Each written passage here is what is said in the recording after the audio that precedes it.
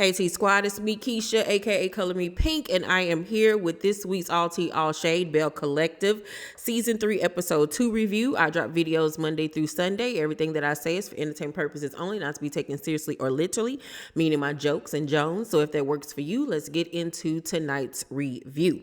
So the episode picks up exactly where it left off last week with Latrice getting cussed out by Cliff outside in the parking lot. First of all, ain't no nigga named Cliff girl to cuss me out. I refuse. With a box jerry curl and a button-up short sleeve shirt on and some dungarees. Latrice, get your life in order. So she's back inside of the M bar with her girl Mandy talking about the situation and how Cliff tracked her down because, you know, they must be tracking each other on their phones, but knowing their relationship, he probably can track her and she can't track him, child. So Latrice in her confession was like, I tend to take a lot from men. I love him wholeheartedly, and I always tend to put up with stuff that the normal person wouldn't. So if you know this and you're not making an active change, then we ain't got no business being mad at Cliff. Like, you accepting this behavior, so that's all up on you, girl. I ain't got time for stupidity in 2023. Girl, get your life in order. You talking about you a boss this and a boss that. And girl, you on a curfew. You can't even leave your house when you want to. That ain't a boss. You need to be in daycare, okay?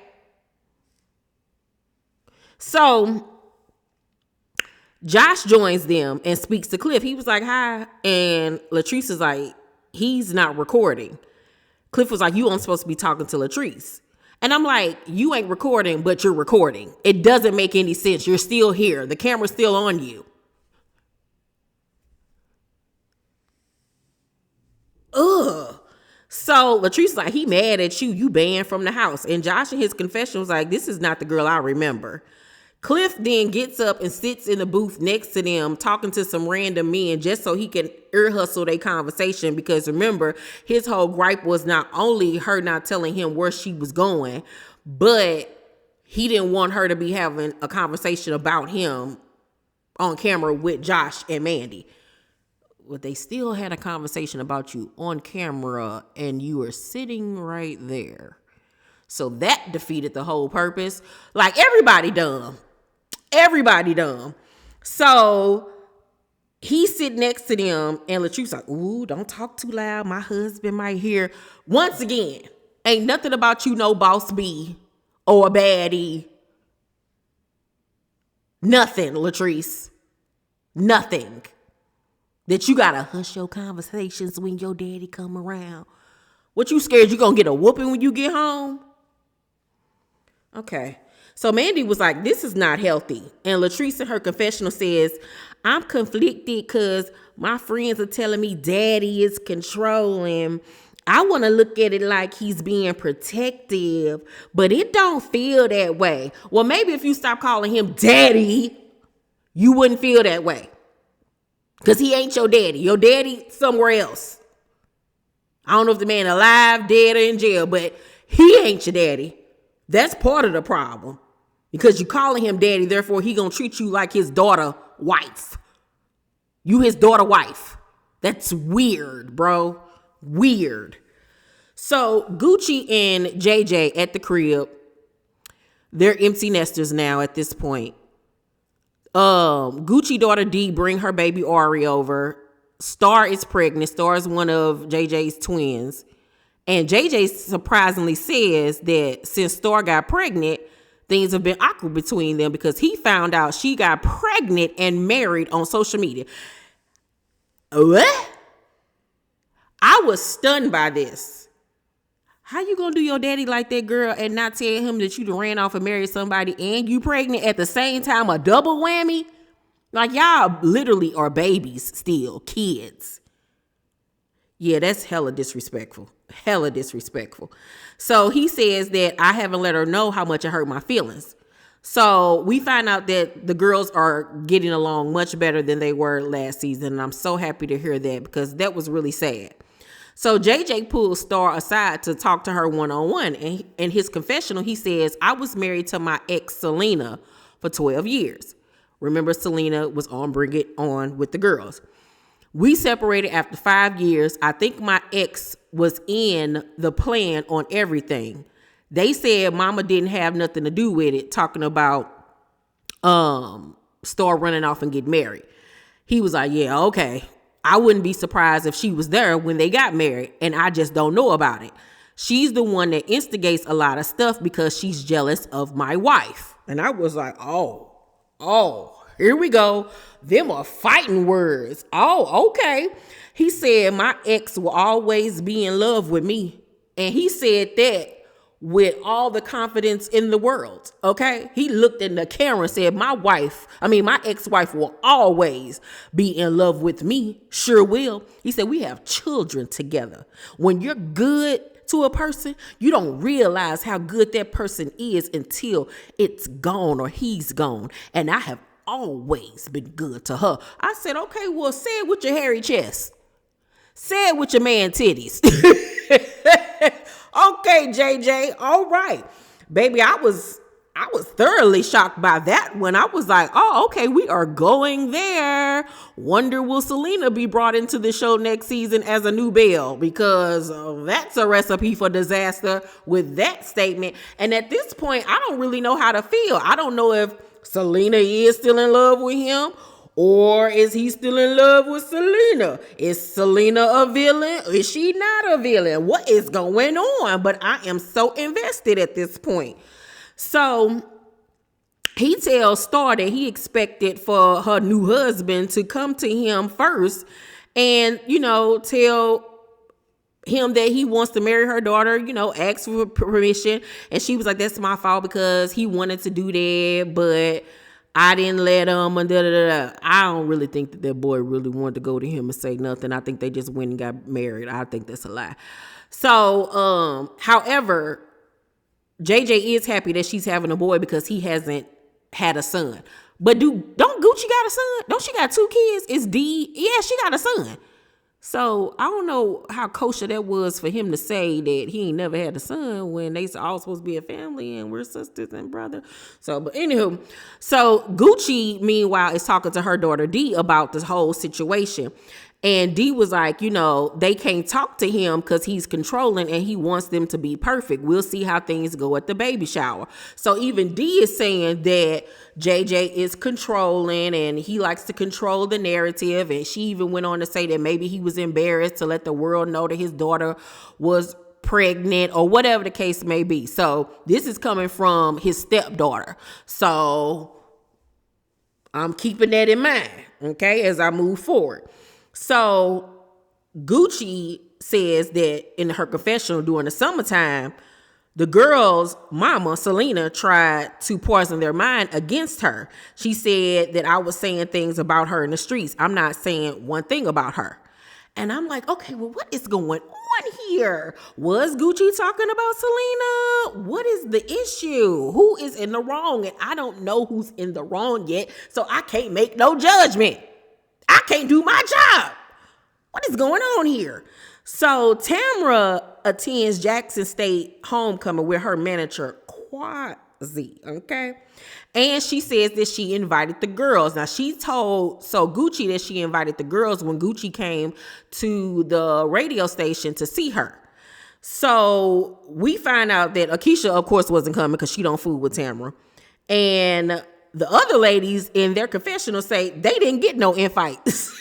So Tamra lied, child. So now we're really getting concrete evidence this season that Tamra be lying, okay? Because last season it was just he said, she said, because a lot of the stuff was said off camera. But now we see this season that she gets caught in a lie. Because remind you, she told Gucci to her face that she invited the other ladies. But they said in their confessional that they didn't get no invite, okay? So Tamra introduces Gucci to Quasi, and Gucci wondering, is there something more going on between the two? Because she always sees Tamra with this man, and she never sees Tamra with Damon, okay? Baby, I don't know what is going on with little Smurfette, because she looked just like a Smurfette. Tamara do, child. Looked just like him, just a caramel version. She just ain't blue. But for Halloween this year, she need to dress up as a Smurfette, because that nose, her height, her weight, everything is Smurfette. So JJ visits Cliff at his house and tells him that, his wife felt a type of way about Latrice closing with another realtor. Now, Cliff defends Latrice and was like, she wasn't moving fast enough. This is business. It is what it is.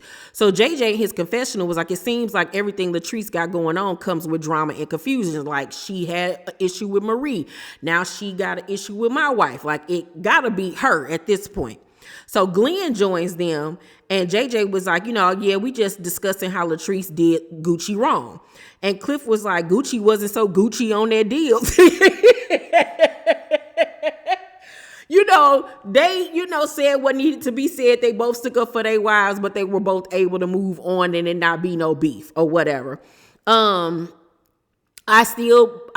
agree with what Cliff said, that it is business, but there is a way that you handle business by being professional, because you never know what bridge you might have to cross that you've burned. You know what I'm saying?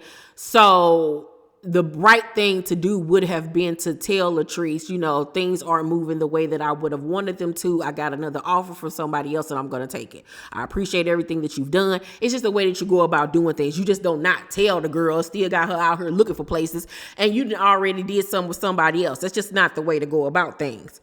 So Glenn, then talks about him and Letitia and says that he's wondering if he's holding on to something that's dead. Child, y'all relationship been dead and gone, in the ground, corpse, getting ate up by ants and everything. Child, let it go. So JJ in a voiceover, they use voiceovers twice in this episode. I'm like, okay, now Carlos, get it together now, doing these voiceovers. So he says, Cliff, are you and Latrice going to my ex-wife baby shower for Star? And Cliff was like, when I met her, I didn't know she was married. Because remember, last season we found out that Cliff and Selena used to mess around when she was still married to JJ. So he says, when I met her, I didn't know she was married. They'd only been married 2 weeks when I met her. She told me it was a forced marriage because she got pregnant. So Selena was out here lying, child, lying. I was always wondering, like, did she genuinely love JJ, or was she with JJ because of his money, because he got money? So obviously she was with him for the money, for the paper, you know what I'm saying, for the security, whatever the case may be, but she was out here still doing her thing. So now I'm wondering, knowing that, is JJ bitter because he feels used by her because she was cheating on him?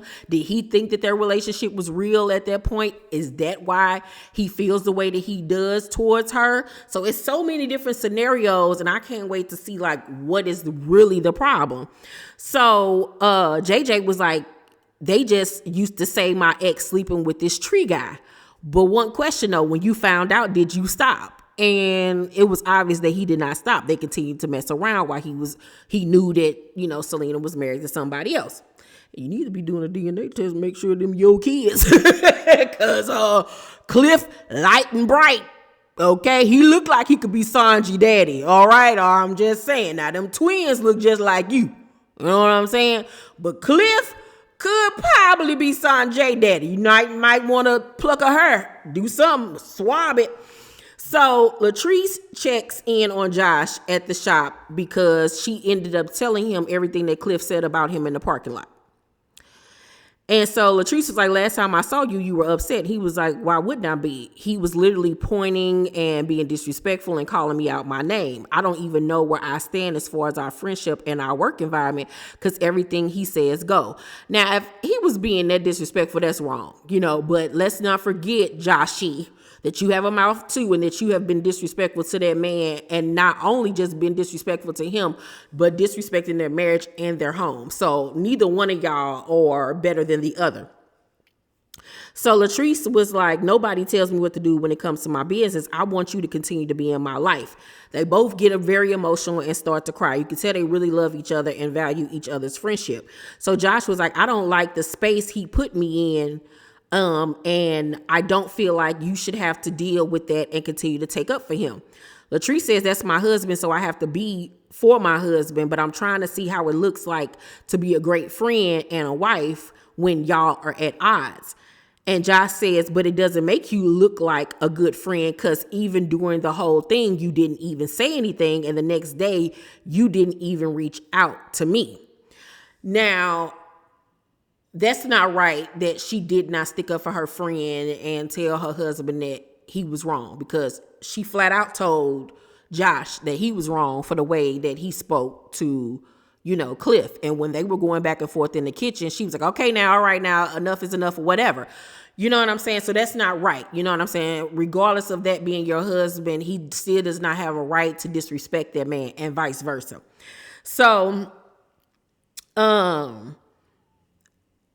where was I at? Latrice says, sometimes I feel like if I don't say anything, life just gets better. Well, love, no, that makes things worse. You trying to act like things didn't happen makes the situation worse.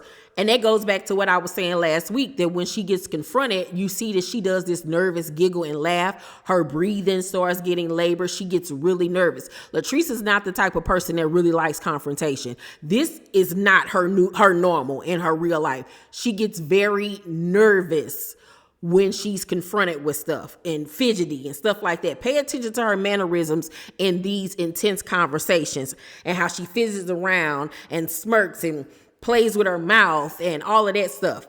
So, Josh was like, it's like you're crying out for help, but then you go back on it. And she was like, no, I'm not venting. No, I'm not. I'm just venting to my friend. And I think that she does cry out for help, but then she goes back on her word. I do agree with Josh on that. I very much do. So Josh was like, I just don't want to deal with the Latrice and Cliff situation anymore. Basically saying, like, we gonna still be friends, girl. I'm gonna still be here for you. But when it come to your marriage and your relationship, don't talk to me about it. And that's what I said last week. That's what needs to happen. They need to separate their friendship from her marriage, period. Don't talk to me about it.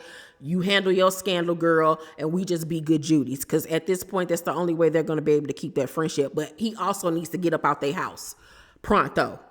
So Gucci has a boot camp out in the dead of summer in the heat in Mississippi. Tambra arrives after they literally had just been discussing whether or not Gucci is messing with Quasi. So Gucci tells Tamara what happened with the whole Latrice situation. She was like, oh my God, I didn't know anything about it. So Letitia comes thinking that they about to do yoga, child. Latrice and Josh end up arriving late while class is already in session, and Gucci is annoyed, and she makes sure to point out repeatedly that Latrice was late. Because, she got a problem with her. But I'm like, okay, now you being passive aggressive. Just tell her what it is, love. So Marie arrives late, but she doesn't do the same thing to Marie. And it's just like, you can see that there is an issue between her and Latrice. So, Marie says in her confession that she's not excited to see Tamara or Latrice, child, because both of them are liars. So Gucci greets her, like I said, very kindly. After class, Tamara asks Marie why she didn't come to the tailgate. And Marie was like, well, I didn't come because I just been feeling like you doing too much. But that was a voiceover too as well. That's not what was said in the scene. So as they're having a conversation, Latrice mosey on over after she had just said she was leaving, child, to see what's going on. Marie is annoyed by this because she don't mess with Latrice and she's not about to have a conversation in front of her. So she was like, we'll just talk about it once you get done having your conversation with her, and walks off. And I was like, well, okay, let's set boundaries. Why don't we? Is it just me? Did Marie have her BBL the first 2 seasons? I remember I could tell that she had her stomach and stuff done, but I don't remember her butt being done. Is that new? Or has that been like that? I know she got her nose done after last season, because by the time we got to last season's reunion, she had already had her nose done.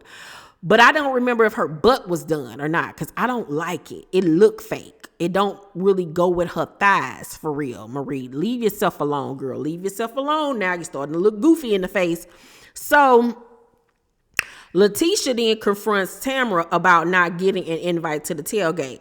And Tamara in her confession says, I was just expecting Gucci to invite everyone. Now remember, she said to Gucci that she'd already invited everybody. So we get to see that she lies and got caught up in a lie. What are you lying about something so minute about? So now I'm really looking like, is she living a double life? Can you not trust anything that Tamara say?